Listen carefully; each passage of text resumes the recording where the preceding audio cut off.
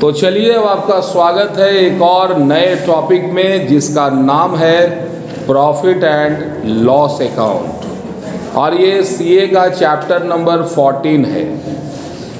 Commission आपने देखा, brokerage आपने देखा, डिस्काउंट आपने देखा, आपने रेशियो देखा, प्रोपोर्शन देखा। ये सब का सब कंटेंट था, एक जाल था ताकि आपको मालूम चले कोई भी धंधा करो, बिजनेस करो, आप चाहते क्या हो?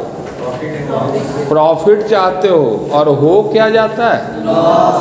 लॉस हो जाता है। लॉस कोई चाहता है क्या?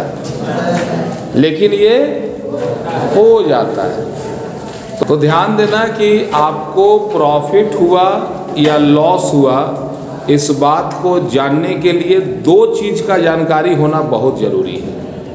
पहला सेलिंग प्राइस और दूसरा क्या? दूसरा होता है कॉस्ट ऑफ प्रोडक्शन या कॉस्ट ऑफ गुड्स सोल्ड। एक आदमी अपने बेटे को दुकान में रखा, बोला बेटा रहना, हम आते हैं 2 घंटा बाद। 2 घंटा बाद उसके पिताजी आए तो बच्चा बोले इस सामान कहाँ गया? बोला पापा बेच दिए। बोला कितना में? बोला 1000 में। पापा बोला रे चट्टा बर्बाद कर दिया रे नालायक कहीं का। अब एक झापड़ दिए खींच के। बोला आज के बाद बैठना मत। अगला दिन फिर उनका छोटा बेटा था, बोला बेटा तू बैठना, आते हैं 2 घंटा में। फिर 2 घंटा बाद आए, बोला रे ये सामान कहाँ गया? बोला पापा बेच दिए। बोला कितना में? बोला 100 में। पापा बोले शाबाश मेरे बेटे। बड़का बगले में था। सोचो क्या हुआ होगा। बोला 1000 में बेचे, हमको मार दिए। 100 में बेचा, हमसे तो मानते ही नहीं है यार।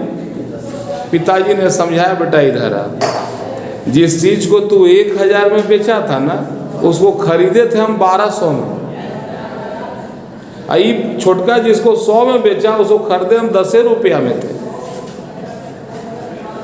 तो जो उसको खरीदने में 1200 लगा, बेचे 1000 में, प्रॉफिट हुआ कि लॉस? तो लात नहीं खाएगा। और जिसको खरीदने में लगा था 100, बेचे 100, खरीदने में लगा 10, बेचे 100 में, तो क्या हुआ? तो तारीफ नहीं होगा। तो ध्यान देना, प्रॉफिट या लॉस जानने के पहले आपको ये जानना जरूरी होगा कि उस वस्तु का कॉस्ट कितना था। मेन कॉस्ट ही है जो आपको आगे बढ़ाएगा या फिर आपको नीचे गिराएगा। तो इस चैप्टर में हम लोग यही देखेंगे, कॉजेज ऑफ कॉस्ट और कॉजेज ऑफ सेलिंग प्राइस। और अगले क्लास हम लोग देखेंगे इसको विस्तार रूप से। Thank you.